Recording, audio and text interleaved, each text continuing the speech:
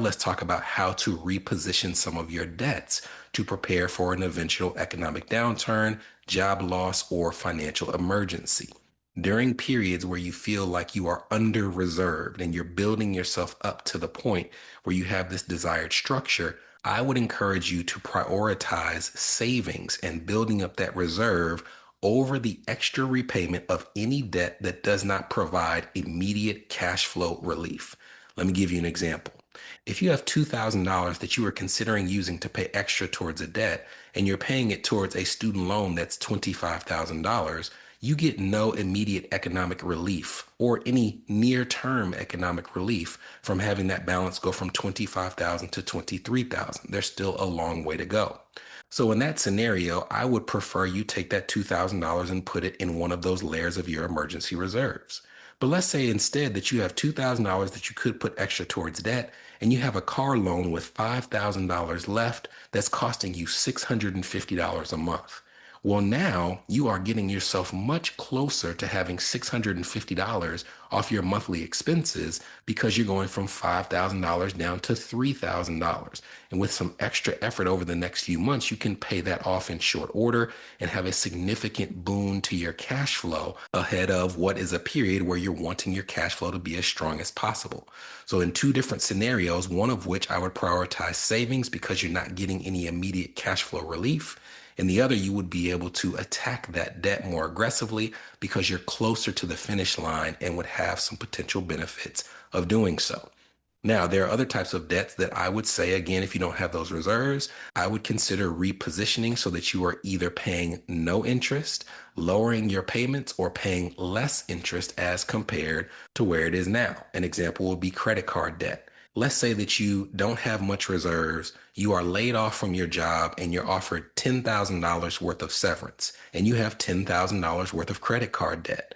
Well, you could take that $10,000 and you could pay off all your credit card debt.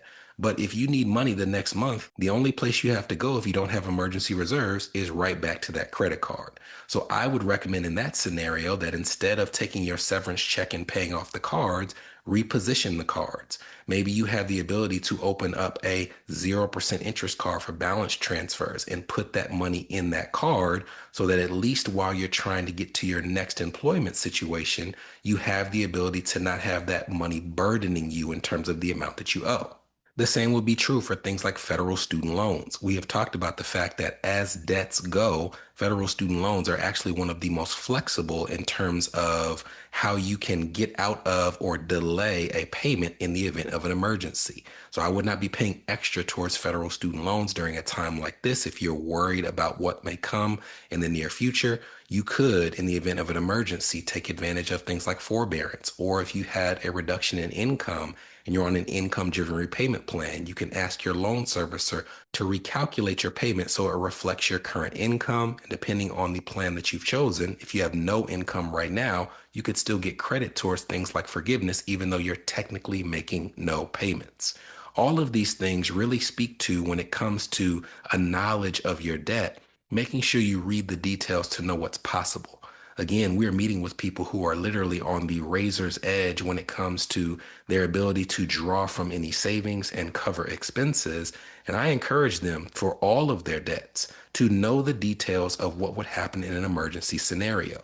For example, with a student loan, you can put it in forbearance. With a credit card company, they may have a hardship application where you can go a couple of months and not make payments. The same may be true depending on your mortgage lender, where they may have a program that you can apply for in the event of a hardship, where instead of risking a late mortgage payment, they would defer those payments and put what you owed on the back end of the amortization table when it comes to repaying your home loans. These may not be the emergency steps that you need to take now, but if you are staring down the barrel of a lack of reserves or $0 to pull from, knowing that these options exist is something you have in your back pocket in the event that you do need to exercise these options.